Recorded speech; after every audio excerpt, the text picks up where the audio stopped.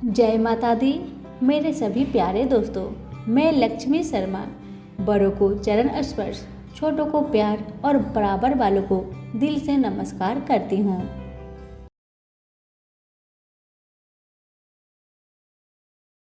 आज मंगलवार के दिन मैं आप सभी को सुनाऊंगी पवन पुत्र हनुमान और भगवान राम की कथा। कथा इस प्रकार है कि एक बार सेमरू पर्वत पर सभी संतों की सभा का आयोजन हुआ।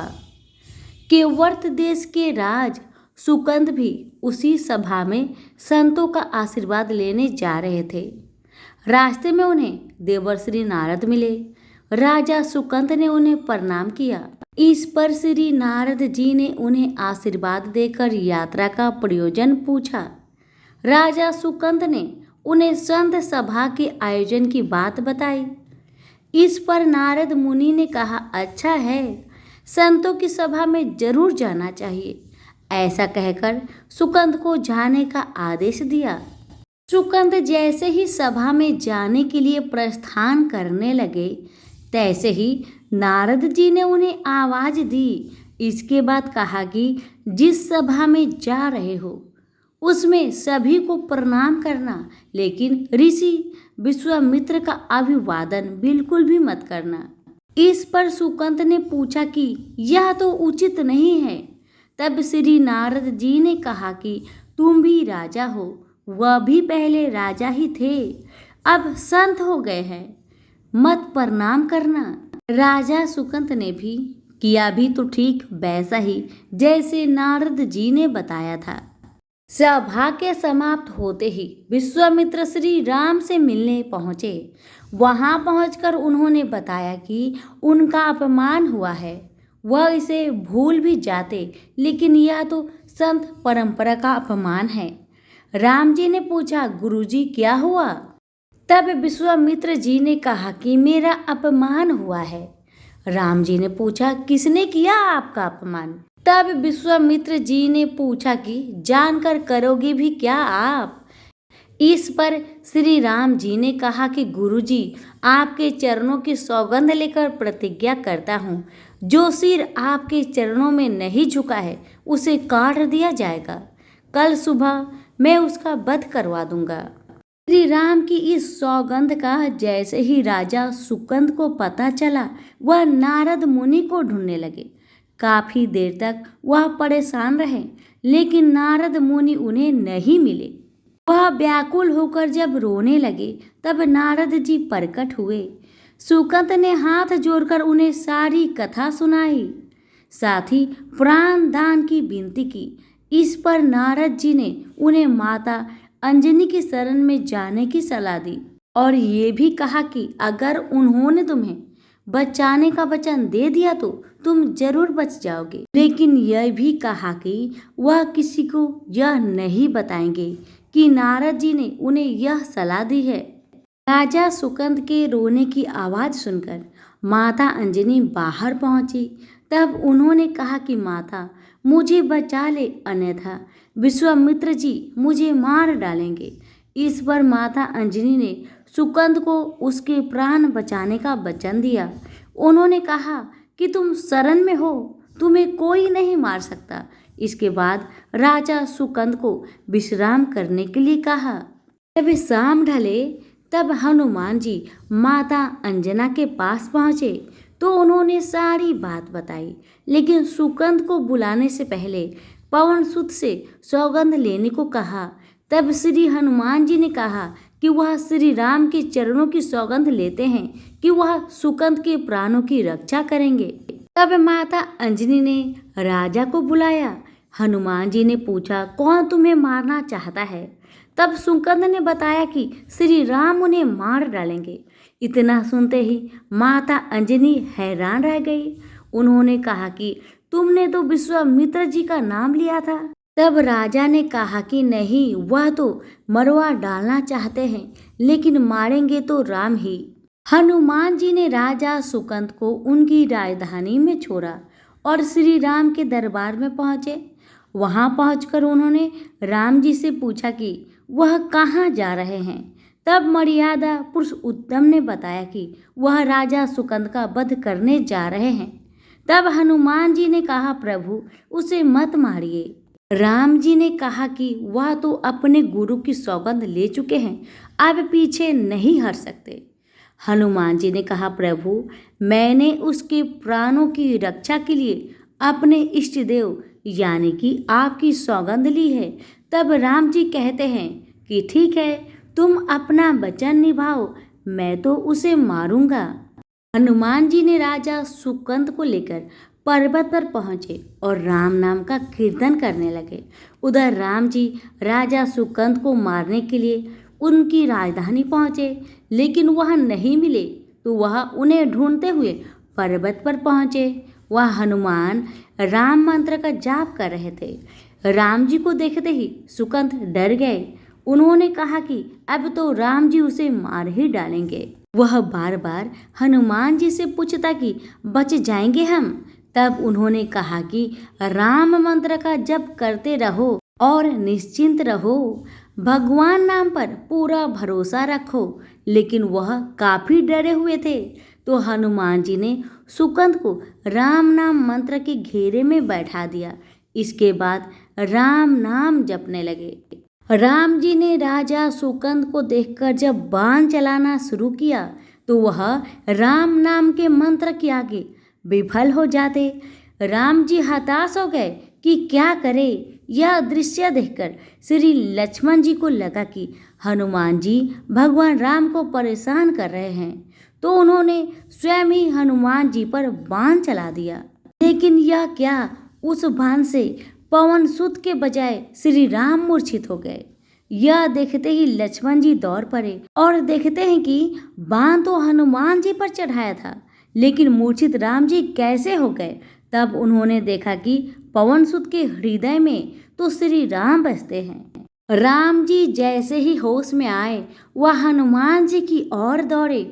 उन्होंने देखा उनकी छाती से रक्त बह रहा है। वह हनुमान जी का दर्द देख नहीं पा रहे थे। वह बार बार उनकी छाती पर हाथ रखते और आंखें बंद कर लेते। पवनसुत को होश आया तो उन्होंने देखा कि राम जी आंखें बंद करके हनुमान जी के छाती पर बार बार हाथ रखते हैं, फिर हनुमान जी के सिर पर हाथ फेरते हैं। तब पवनसुत ने सुकंद को पीछे से निकाला और उसे अपनी गोद में बैठा लिया। तभी राम ने फिर से हनुमान जी के माथे पर हाथ फेरा, लेकिन इस बार वह पवनसुत की जगह राजा सुकंद थे। राम जी मुस्कुराए और हनुमान जी से बोल उठे कि नाथ, अब तो आपने इनके सिर पर हाथ रख दिया, अब तो सब कुछ आपके हाथ में है। इसकी मृत्यु भी और जीवन भी आप ही सुकंद के जीवन की रक्षा करें। राम जी ने हनुमान जी से कहा कि जिसे तुम अपनी गोद में बैठा लो उसके सिर पर तो मुझे हाथ रखना ही पड़ेगा, लेकिन गुरु जी को क्या जवाब देंगे। तभी हनुमान जी को विश्वामित्र जी सामने से आते दिखाई पड़े। उन्होंने राजा सुकंद से कहा कि जाओ, तब प्रणाम नहीं किया तो क्या हुआ, अब कर लो। राजा ने दौड़कर विश्वामित्र जी का अभिवादन किया। वह भी प्रसन्न हो गए और बोले, राम इसे क्षमा कर दो। मैंने इसे क्षमा कर दिया, क्योंकि संत का काम मिटाना नहीं बल्कि सुधारना होता है। यह भी सुधर गया है। उन्होंने सुकंद से पूछा कि संत का सम्मान न करने की सलाह तुम्हें किस कुसंग से मिली थी। राजा सुकंद विश्वामित्र जी से कुछ कहते, इससे पहले नारद मुनि प्रकट हो गए। उन्होंने सारी घटना कह सुनाई। तब विश्वामित्र जी ने पूछा कि नारद, तुमने ऐसी सलाह क्यों दी। तब नारद जी ने कहा कि अक्सर ही लोग मुझसे पूछते थे कि राम बड़े या राम का नाम बड़ा, तो मैंने सोचा कि क्यों न कोई लीला हो जाए कि लोग अपने आप ही समझ ले कि भगवान से अधिक भगवान की नाम की महिमा है। तो सभी प्रेम से बोले, श्री रामचंद्र की जय, पवन सुत हनुमान की जय। इस व्रत की कथा का उल्लेख श्री पद्म पुराण में इस प्रकार है। प्राचीन काल में नंदक नामक एक विद्वान ब्राह्मण था। सुनंदा नाम की उसकी पत्नी को कोई संतान नहीं हुई तो उस बूढ़े ब्राह्मण ने किसी दूसरे की सुंदर गुणवती कन्या को अपनी पुत्री के रूप में गोद ले लिया। ऐसा कहा जाता है कि कन्या के अष्टांग नित्य ही बहुत सा सोना दिया करते थे, जिसकी बदौलत वह ब्राह्मण धनधान्य हो गया। इससे उसमें भारी मद और अभिमान आ गया। वह राजा की तरह रहने लगा। कन्या जब विवाह योग्य हो गई तो नंदक ने उसका विवाह सोमेश्वर नाम के एक ब्राह्मण युवक के साथ कर दिया। इस तरह वह कन्या से नित्य प्रति मिलने वाले स्वर्ण से वंचित हो गया। जब ससुराल से शुभ दिन देखकर सोमेश्वर अपनी पत्नी को अपने घर ले जाने के लिए चला तो रास्ते में रात हो गई। वन में अकेला देखकर निर्दयी नंदक ने सोमेश्वर की हत्या कर दी। पति को मारा देख ब्राह्मण पुत्री बहुत दुखी हुई। उसने पति के साथ मरने का निश्चय कर लिया। वह मरने की तैयारी कर ही रही थी कि मंगल देव वहां उपस्थित हुए और उन्होंने उसे वर मांगने को कहा। ब्राह्मण पुत्री ने कहा, हे देव, यदि आप मुझ पर प्रसन्न है तो मेरे पति को जीवित कर दे। यह सुन मंगल देव ने उसके पति को परम विद्वान बनाकर जीवित कर दिया और भी वर मांगने को कहा तो ब्राह्मण पुत्री ने कहा, हे ग्रहों के स्वामी, जो लाल चंदन द्वारा लाल फूलों से मंगलवार के दिन प्रातःकाल के समय आपका पूजन कर स्मरण करे, उन्हें बंधन, रोग और व्याधि कभी भी पैदा ना हो। उन्हें व उनके परिजनों को सर्प, अग्नि और बैरियों से भय ना हो। उनका कभी स्वजनों से वियोग ना हो तथा आप अपने भक्तों के लिए सुख देने वाले हो, यही वर मुझे दीजिए। मंगल देव बोले, जो मेरा भक्त जितेंद्रिय होकर एक बार भोजन करके 4 दीपक युक्त मंडल पर अर्धों के साथ वेदों और पुराणों के मंगल मंत्रों सहित 21 मंगलवार का व्रत करे, साथ में लाल रंग का युवा बैल सोने सहित यथाशक्ति दान करे और ब्राह्मणों को भोजन कराए तो उसे कभी मंगल की ग्रह पीड़ा नहीं होगी। उसे भूत, प्रेत, बेताल और शाकिनी कभी नहीं मार सकेंगे। उनकी दरिद्रता नष्ट होगी और उनके परिवार में यश और कीर्ति की वृद्धि होगी। उनका वंश बढ़ेगा। यह कहकर मंगल देव अंतर ध्यान हो गए। तभी से मंगलवार व्रत की परिपाटी चालू हुई। सभी प्रेम से बोले, पवन पुत्र हनुमान की जय। एक दूसरी कथा के अनुसार एक वृद्धा प्रति मंगलवार को व्रत रखती थी। उसका एक पुत्र भी था जिनका नाम मंगलिया था। मंगल को बुढ़िया न तो गोबर लिपती थी न मिट्टी खोदती थी। एक दिन उसकी परीक्षा लेने मंगलदेव ब्राह्मण के रूप में वहां आए और वृद्धा से बोले, मुझे भूख लगी है, भोजन में मैं स्वयं बना लूंगा, तुम सिर्फ जमीन को गोबर से लिप दो। इस पर बुढ़िया ने कहा, आज मंगलवार है, मैं इस दिन जमीन नहीं लिपती। हाँ, पानी छिड़क कर चौका लगा देती हूँ, आप उसी जगह रसोई बनाए। ब्राह्मण ने कहा, मैं तो गोबर से लिपे चौके में ही भोजन पकाता हूँ। बुढ़िया ने जमीन लिपने के सिवा कुछ भी करने की हामी भर ली तो ब्राह्मण ने वृद्धा से कहा, अपने लड़के को बुलाकर औधा लिटा दो, उसी की पीठ पर मैं भोजन पकाऊंगा। काफी सोचने पर वृद्धा ने पुत्र को बुलाकर औधा लिटा दिया तथा उस ब्राह्मण की आज्ञा से अंगीठी जला दी। ब्राह्मण ने अंगीठी में आग जला भोजन बनाने के बाद वृद्धा से बोला, अपने पुत्र को बुला, वह भी प्रसाद ले लेगा। बुढ़िया ने दुखी मन से कहा, ब्राह्मण देवता क्यों हंसी कर रहे हो, उसी पर आग जलाकर तो आपने भोजन बनाया, वह तो मर चुका होगा। ब्राह्मण ने बुढ़िया को समझाया तथा बुलाने का आग्रह किया। आवाज लगाते ही पुत्र दौड़ता आया।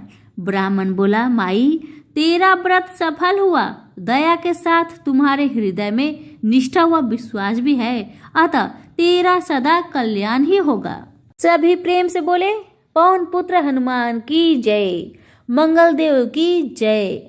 यह कथा है हनुमान जी की माँ से ऐसी कौन सी भूल हो गई जिस कारण वह अप्सरा से बन गई बनरी। आइए सुनते हैं। एक बार देवराज इंद्र की सभा स्वर्ग में लगी हुई थी। इसमें दुर्वासा ऋषि भी भाग ले रहे थे। जिस समय सभा में विचार विमर्श चल रहा था, उसी समय सभा के मध्य ही पूजिक स्थली नामक इंद्रलोक की अप्सरा बार बार इधर से उधर आ जा रही थी। सभा के मध्य पूजिक स्थली का यह आचरण ऋषि दुर्वासा को अच्छा न लगा।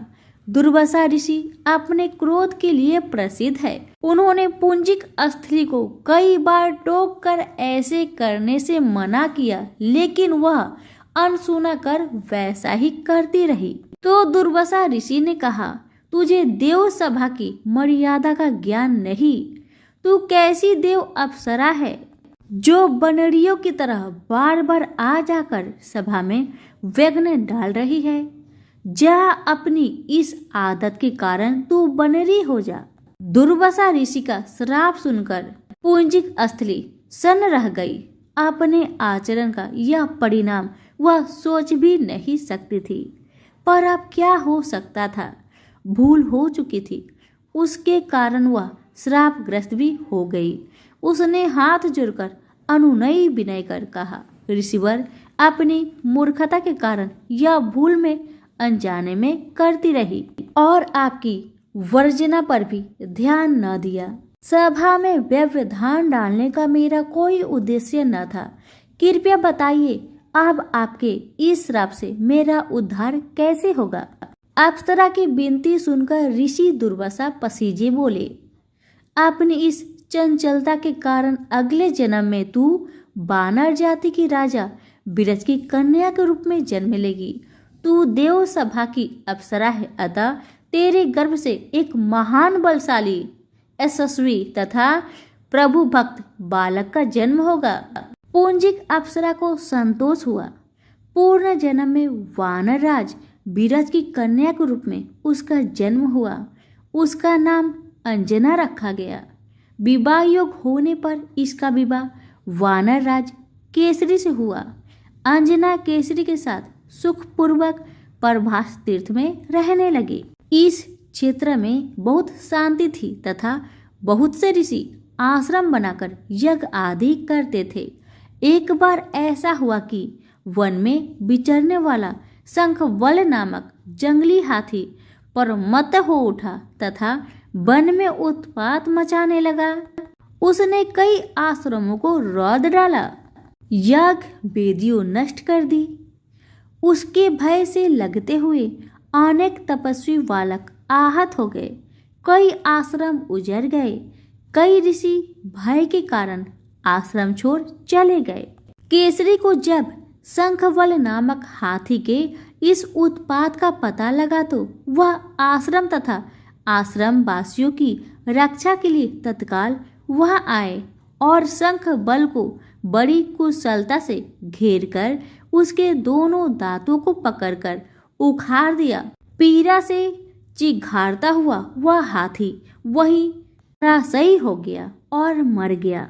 आश्रम की रक्षा के लिए उनके अचानक पहुंचने तथा हाथी को मारकर आश्रम वासियों को निर्भय कर देने वाले केसरी का ऐसा बल देख ऋषि मुनि बहुत प्रसन्न हुए और केसरी के पास आकर आशीर्वाद देते हुए कहा, वानर राज केसरी, जिस प्रकार तुमने आज हम सबकी तथा आश्रम की रक्षा की, इसी प्रकार भविष्य में तुम्हारा होने वाला पुत्र पवन जैसे वेग वाला होगा तथा रुद्र जैसा महान बलशाली होगा। तुम्हारे बल तेज के साथ साथ उसमें पवन तथा रुद्र का तेज भी व्याप्त रहेगा। केसरी ने कहा, ऋषिवरों, मैंने तो बिना किसी कामना के परंत हाथी को, जो किसी प्रकार वश में नहीं आ रहा था, मारकर आपकी इस यज्ञ भूमि को निर्भय किया है।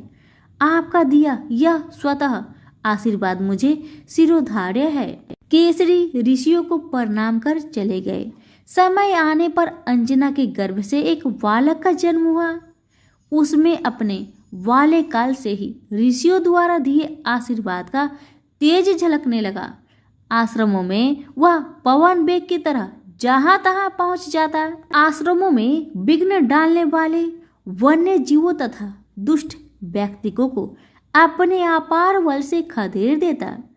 अपने इस पराक्रम से वह मदमत हो जाता तथा अपने साथियों के साथ वह आश्रमों में कीड़ा करने लगता।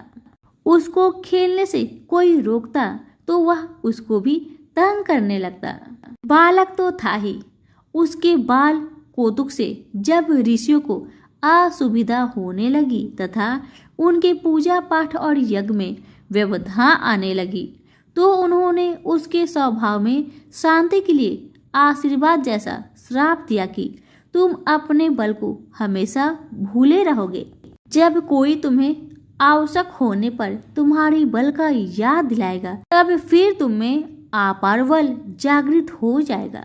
इससे वह बालक शांत स्वभाव का हो गया। केसरी नंदन यह बालक आगे चलकर हनुमान नाम से प्रसिद्ध हुआ। सीता जी की खोज के लिए जब कोई समुद्र पार करने का साहस नहीं कर रहा था और हनुमान जी चुप बैठे थे तो जामवंत ने हनुमान जी को उनकी बल की याद दिलाई थी। तब उन्होंने समुद्र पार कर सीता की खोज की। प्रेम से बोले पवन पुत्र हनुमान की जय।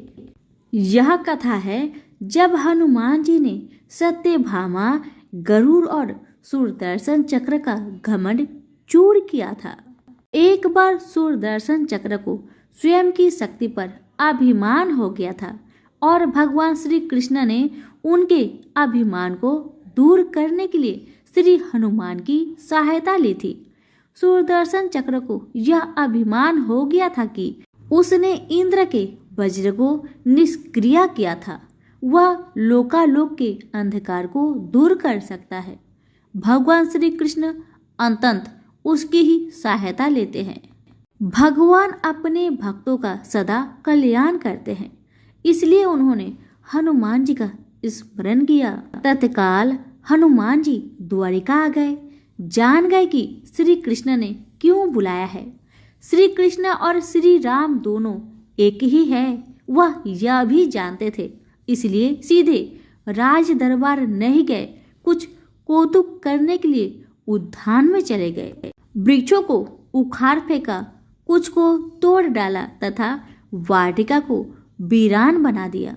फल तोड़ना और फेंक देना हनुमान जी का मकसद नहीं था, वह तो श्री कृष्ण के संकेत से कौतुक कर रहे थे। बात श्री कृष्ण तक पहुंची। किसी बानर ने राजोद्यान को उखाड़ दिया है। श्री कृष्ण ने सेनाध्यक्ष को बुलाया, कहा आप सेना के साथ जाए तथा उस बानर को पकड़कर लाए। श्री कृष्ण मन ही मन मुस्कुरा रहे थे।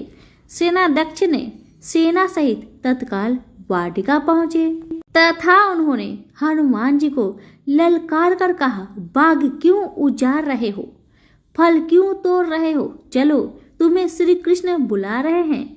हनुमान जी ने सेनाध्यक्ष से कहा, मैं किसी कृष्ण को नहीं जानता, मैं तो श्री राम का सेवक हूँ, जाओ कह दो मैं नहीं आऊंगा। सेनाध्यक्ष क्रोधित होकर बोले, तुम नहीं चलोगे तो मैं तुम्हें पकड़ कर ले जाऊंगा। हनुमान जी ने सेनाध्यक्ष को पूंछ में दबोचकर दूर राजमहल की तरफ फेंक दिया। सेनाध्यक्ष ने दरबार में पहुंचकर भगवान को बताया, वह कोई साधारण वानर नहीं है, मैं उसे पकड़कर नहीं ला सकता। श्री कृष्ण ने हनुमान जी को कहलवा भेजा कि आपको श्री राम बुला रहे हैं तथा सुदर्शन चक्र को आदेश दिया, हे सुदर्शन जी, द्वार पर रहना, कोई बिना आज्ञा अंदर न आने पाए तथा अगर कोई बिना आज्ञा के अंदर आने का प्रयास करे तो आप उनका वध कर दे।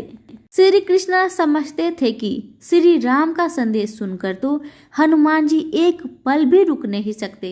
दरबार के द्वार पर सूरदर्शन ने उन्हें रोककर कहा, बिना आज्ञा अंदर जाने की मनाही है। जब श्री राम बुला रहे हो तो हनुमान जी विलंब सहन नहीं कर सकते।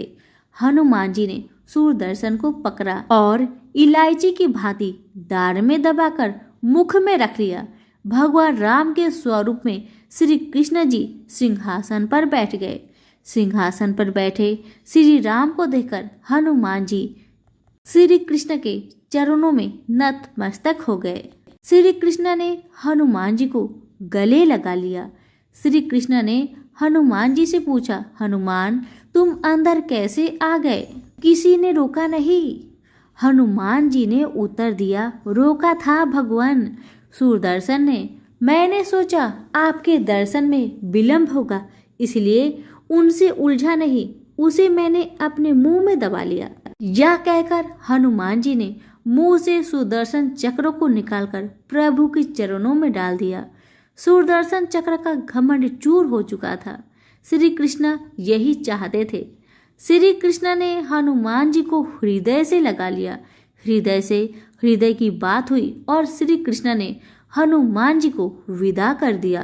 परमात्मा अपने भक्तों में, अपने निकट अष्टों में अभिमान रहने नहीं देते। अगर श्री कृष्ण ने हनुमान जी की सहायता से सुदर्शन चक्र का घमंड दूर न करते तो सुदर्शन जी परमात्मा के निकट रह नहीं सकते थे। परमात्मा के निकट रह ही वही सकता है जो मैं से रहित होकर न मैं जान लेता है, अर्थात नमा को जान जाता है। नमा का अर्थ है कि मैं कुछ नहीं हूँ, वरन परमेश्वर ही सर्वत्र है तथा उन्हीं परमेश्वर को बारंबार नमन करते हूँ। अतः भक्ति मार्ग का पहला कदम है अहम और अभिमान रहित जीवन।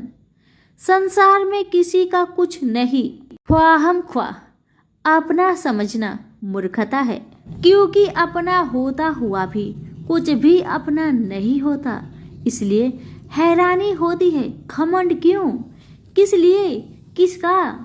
कुछ रुपए दान करने वाला यदि यह कहे कि उसने ऐसा किया है तो उससे बड़ा मूर्ख और कोई नहीं।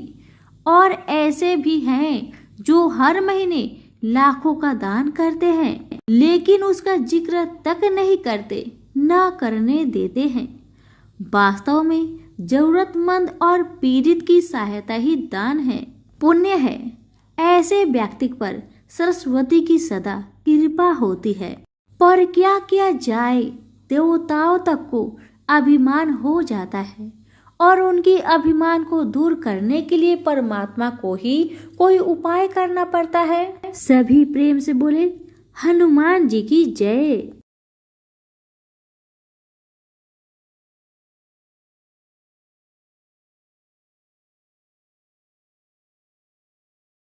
श्री कृष्ण ने अपनी पत्नी सत्यभामा को स्वर्ग से परिजात लाकर दिया था। वह इसलिए अपने आप को श्री कृष्ण की अत्यंत प्रिय और अति सुंदरी मानने लगी थी। सुदर्शन चक्र को यह अभिमान हो गया था कि उसने इंद्र के वज्र को निष्क्रिय किया था। वह लोकालोक के अंधकार को दूर कर सकता है। हनुमान जी के पुत्र मकर ध्वज की कथा। पवन पुत्र हनुमान बाल ब्रह्मचारी थे, लेकिन मकर ध्वज को उनका पुत्र कहा जाता है। यह कथा उसी मकर ध्वज की है। वाल्मीकि रामायण के अनुसार लंका जलाते समय आग की तपिश के कारण हनुमान जी को बहुत पसीना आ रहा था। इसलिए लंका दहन के बाद जब उन्होंने अपनी पूंछ में लगी आग को बुझाने के लिए समुद्र में छलांग लगाई तो उनके शरीर से पसीने की एक बड़ी सी बूंद समुद्र में गिर पड़ी। उस समय एक बड़ी मछली ने भोजन समझ उस बूंद को निगल ली। उसके उदर में जाकर वह बूंद एक शरीर में बदल गई। एक दिन पाताल के असुरराज अहिरावण के सेवकों ने उस मछली को पकड़ लिया। जब वे उसका पेट चीर रहे थे तो उसमें से वानर की आकृति का एक मनुष्य निकला। वे उसे अहिरावण के पास ले गए। अहिरावण ने उसे पातालपुरी की रक्षक नियुक्त कर दिया। यही बानर हनुमान पुत्र मकरध्वज के नाम से प्रसिद्ध हुआ। जब राम रावण युद्ध हो रहा था तब रावण की आज्ञा अनुसार अहिरावण राम लक्ष्मण का अपहरण कर उन्हें पातालपुरी ले गया। उनके अपहरण से वानर सेना भयभीत हुआ शोकाकुल हो गई। लेकिन विभीषण ने यह भेद हनुमान के समक्ष प्रकट कर दिया। तब राम लक्ष्मण की सहायता के लिए हनुमान जी पातालपुरी पहुंचे। जब उन्होंने पाताल के द्वार पर एक बानर को देखा तो वे आश्चर्यचकित हो गए। उन्होंने मकरध्वज से उसका परिचय पूछा। मकरध्वज ने अपना परिचय देते हुए बोला, मैं हनुमान पुत्र मकरध्वज हूँ और पातालपुरी का द्वारपाल हूँ। मकरध्वज की बात सुनकर हनुमान जी क्रोधित होकर बोले, या तुम क्या कह रहे हो दुष्ट? मैं बाल ब्रह्मचारी हूँ, फिर भला तुम मेरे पुत्र कैसे हो सकते हो? हनुमान का परिचय पाते ही मकरध्वज उनके चरणों में गिर गया और उन्हें प्रणाम कर अपनी उत्पत्ति की कथा सुनाई। हनुमान जी ने भी मान लिया कि वह उनका ही पुत्र है, लेकिन यह कहकर कि वे अभी अपने श्री राम और लक्ष्मण को लेने आए हैं। जैसे ही द्वार की ओर बढ़े वैसे ही मकरध्वज उनका मार्ग रोकते हुए बोला, पिताश्री, यह सत्य है कि मैं आपका पुत्र हूँ, लेकिन अभी भी मैं अपने स्वामी की सेवा में हूँ, इसलिए आप अंदर नहीं जा सकते। हनुमान ने मकरध्वज को अनेक प्रकार से समझाने का प्रयास किया, किंतु वह द्वार से नहीं हटा। तब दोनों में घोर युद्ध शुरू हो गया। देखते ही देखते हनुमान जी उसे अपनी पूंछ में बांधकर पाताल में प्रवेश कर गए। हनुमान सीधे देवी मंदिर में पहुंचे, जहां अहिरावण राम लक्ष्मण की बलि देने वाला था। हनुमान जी को देखकर चामुंडा देवी पाताल लोक से प्रस्थान कर गई। तब हनुमान जी देवी रूप धारण करके वहां स्थापित हो गए। कुछ देर बाद अहिरावण वहां आया और पूजा अर्चना करके जैसे ही उसने राम लक्ष्मण की बलि देने के लिए तलवार उठाई, वैसे ही भयंकर गर्जन करते हुए हनुमान जी प्रकट हो गए और उसी तलवार से अहिरावण का वध कर दिया। उन्होंने राम लक्ष्मण को बंधन मुक्त किया। तब श्री राम ने पूछा, हनुमान, तुम्हारी पूंछ में यह कौन बंधा है? बिल्कुल तुम्हारे समान ही लग रहा है, इसे खोल दो। हनुमान ने मकरध्वज का परिचय देकर उसे बंधन मुक्त कर दिया। मकरध्वज ने श्री राम के समक्ष सिर झुका लिया। तब श्री राम ने मकरध्वज का राज्य अभिषेक कर उसे पाताल का राजा घोषित कर दिया और कहा कि भविष्य में वह अपने पिता के समान दूसरों की सेवा करे। यह सुनकर मकरध्वज ने तीनों को प्रणाम किया। तीनों उसे आशीर्वाद देकर वहां से प्रस्थान कर गए। इस प्रकार मकरध्वज हनुमान पुत्र कहलाए। सभी प्रेम से बोले, पवन पुत्र हनुमान की जय।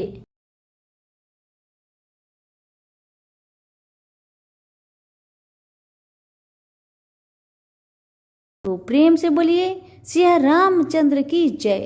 अब सुनिए कथा। ये जो कथा है, इस कथा को माता सीता भगवान श्री राम को सुनाया करती थी और भगवान इसे सुना करते थे। इसी तरह से दिन बीतने लगा। एक दिन भगवान श्री रामचंद्र जी को बाहर किसी काम के लिए जाना पड़ रहा था। तो भगवान को जाते देख माता सीता ने कहा, हे प्रभु, अगर आप बाहर चले जाएंगे तो मैं अपनी 12 वर्ष का नित्य नेम की कहानी किसे सुनाऊंगी। माता सीता की बातें सुन भगवान श्री रामचंद्र जी 1 मिनट के लिए सोच में पड़ गए। फिर उन्होंने कहा, सीते, आप गांव के बाहर जो कुआं है वहीं पर जाकर बैठ जाइएगा।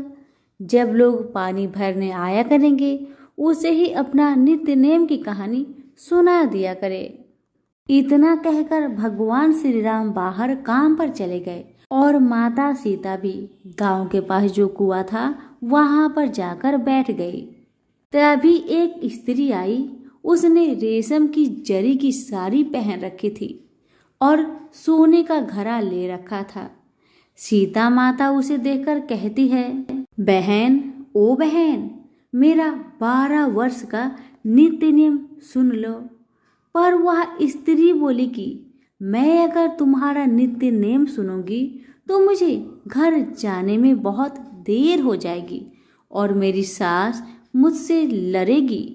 इतना कहकर वह लड़की माता की कहानी न सुनी और वहां से चली गई। तभी उसकी रेशम की जरी की साड़ी फट गई। सोने का घड़ा मिट्टी के घड़े में बदल गया।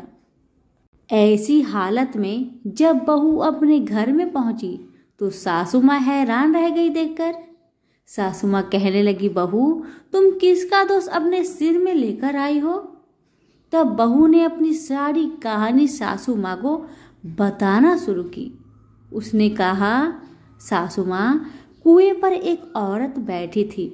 उसने मुझसे कहा कि कहानी सुन, लेकिन मैंने कहानी नहीं सुनी और जिसका परिणाम मुझे यह मिला है। सासू माँ ने अपने बहू से कहा, बहू, ठीक है, कोई बात नहीं, तुम ये साड़ी और घड़ा कल मुझे देना, मैं जाऊंगी पानी भरने।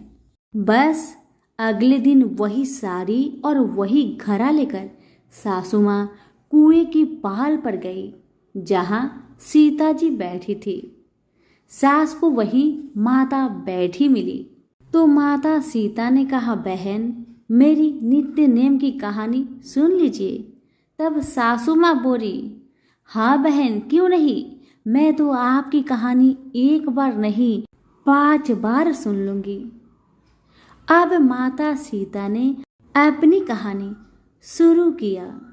सासू माँ हाथ जोड़ के बैठ गई।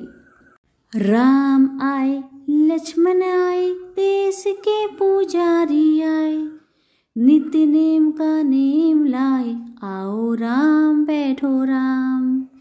तभी रसोई जियो राम, माखन मिश्री खाओ राम, दूध बतासा पियो राम, सूत के पल का मोठो राम, साल दुसाला पोठो राम, साल दुसाला ओढ़ो राम, जब बोलू जब राम ही राम, राम सवारे सबके काम, खाली घर भंडार भरेंगे, सबका बेड़ा पार करेंगे। श्री राम जय जय राम। सीता माता की कहानी समाप्त हुआ तो सासू माँ बोली, बहन, आपकी कहानी तो मुझे बहुत अच्छी लगी। कहानी सुनकर सास घर चली गई। उसकी साड़ी फिर से रेशम की जरी बन गई। मिट्टी का घड़ा फिर सोने के घड़े में बदल गया। जब सासू माँ घर पहुंची तो बहू कहने लगी, सासू माँ, आपने ये सब कैसे किया? तब सासू माँ ने कहा, बहू, तू तो दोष लगा कर आई थी और मैं दोष को उतार कर आ रही हूँ। बहू ने फिर पूछा कि वह कुएं वाले स्त्री कौन थी सासू माँ? तब सासू माँ बोली, वे तो सीता माता थी। और तुम नहीं जानती बहू, सीता माता पुराने से नया कर देती है। खाली घर में अन्न धन का भंडार भर देती है। वह लक्ष्मी की वास घर में कर देती है। आदमी की जो भी इच्छा हो उसे पूरा कर देती है। सासू माँ के बातें सुन बहू बोली कि ऐसी कहानी मुझे भी सुना दो सासू माँ। सासू माँ बोली, ठीक है बहू, तुम भी सुनो। अब सासू माँ ने कहानी शुरू कर दिया। मेरे साथ साथ आप भी जरूर बोलिएगा। राम आए, लक्ष्मण आए, देश के पुजारी आए, नित्य नेम का नेम लाए, आओ राम बैठो राम। तभी रसोई जियो राम, माखन मिश्री खाओ राम, दूध बतासा पियो राम, सूत के पल का मोठो राम। साल दुसाला पोठो राम, साल दुसाला ओढ़ो राम, जब बोलू जब राम ही राम, राम सवारे सबके काम, खाली घर भंडार भरेंगे सबका बेड़ा पार करेंगे, श्री राम जय जय राम। कहानी सुनकर बहू बोली कि सासू माँ कहानी तो बहुत अच्छी है। सास ने कहा कि ठीक है, इस कहानी को रोज कहा करेंगे।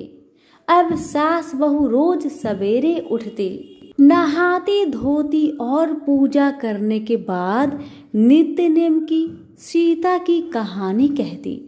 एक दिन उनके यहाँ एक पड़ोस की औरत आई और बोली कि बहन जरा सी आँच देना तो वह बोली कि आज तो अभी हमने नहीं जलाई है।